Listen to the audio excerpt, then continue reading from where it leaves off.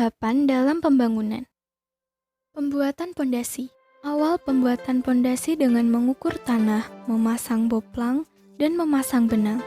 Tanah yang digali diberi unstamping dengan posisi tegak. Pasir dan semen dicampur dengan perbandingan 1:5. Kemudian batu disusun di atas unstamping dan campuran dituang sambil dipadatkan agar tidak ada lubang. Jika sudah mengeras, maka siap untuk diberi beban di atasnya. Pembuatan sluf dan kolom. Setelah pondasi, selanjutnya membuat anyaman sluf langsung di atas pondasi. Semakin besar anyaman, maka semakin kuat. Papan backisting sangat penting yang nantinya akan disatukan dengan kayu kaso. Posisi besi sluf harus di tengah papan backisting sehingga cauran bisa menutupi besi sluf. Pembuatan beton. Pembuatan beton memiliki 3 bahan utama, yakni semen, agregat, dan air. Komposisi material adukan beton dalam setiap 1 meter kubik telah diatur berdasarkan SNI. Pengecoran kolom. Takarannya yaitu 1:2:3.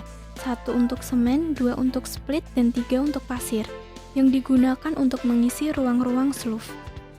Pemasangan pipa air kotor. Awal pemasangan dengan memberi bantalan yang kuat pada dasar pipa talang yang tegak lurus. Kemudian menyambungkan antar pipa PVC yang diberi solvent cement. Jika ada pertemuan dengan pipa lainnya, maka sambungan harus diberi lem khusus.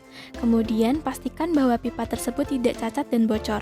Kedua pipa PVC yang tertanam di dalam tanah juga perlu diberi pondasi bantalan beton. Setiap pipa air kotor memiliki ukuran dan derajat kemiringan. Pemasangan batako. Tahapan selanjutnya memulai pemasangan dinding dengan menentukan ketebalan spesi dan mulai memasang pada lapisan ke-1 yang didahului pemasangan pada adukan atau spesi beberapa dasar.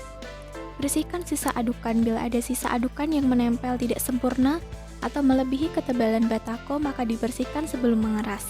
Kemudian melindungi dari sinar matahari bisa dengan memakai plastik atau penyiraman air. Penggunaan adukan spesi dengan komparasi semen pasir ialah 1:5. Guna dinding yang kedap air, pakai adukan 1:2. Tahap pengecoran. Ayak pasir untuk memisahkan pasir dengan kerikil atau koral. Buat adukan mortar atau campuran semen dan pasir pada box pengaduk dengan air secukupnya atau hingga didapatkan adukan yang pulen. Contohnya 1:5 untuk 1 semen dan 5 pasir, atau menyesuaikan kualitas pasir yang tersedia.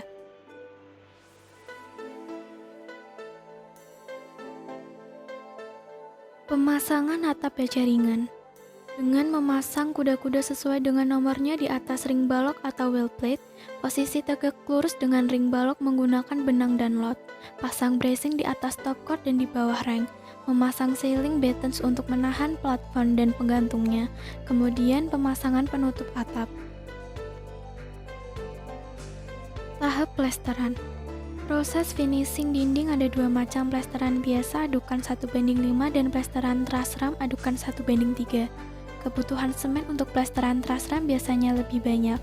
Plesteran truss ram berfungsi sebagai penahan terembesan air agar ruangan tidak lembab. Plesteran truss ram dibuat setinggi 1,5 meter dan sering digunakan untuk dinding kamar mandi dan tempat cucian. Untuk acian agar lebih terlihat rapi, biasanya dinding diplester dan dilapisi dengan acian atau semen. Pemasangan pipa air bersih. Pemasangan harus sesuai ukuran dengan ujung-ujung pipa harus bersih dari bram-bram bekas pemotongan. Kemudian ulir semua ujung pipa dan sambung pipa satu dengan yang lain sehingga membentuk suatu instalasi sesuai dengan perencanaan. Pastikan tidak terjadi kebocoran.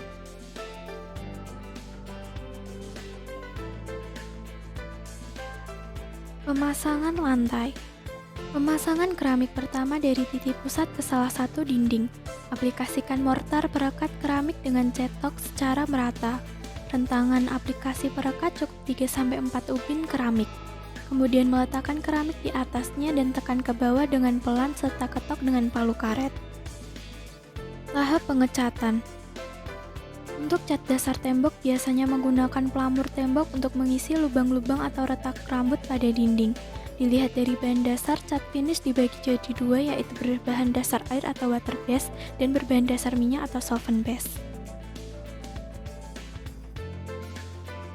Itulah tahapan-tahapan dari pembangunan.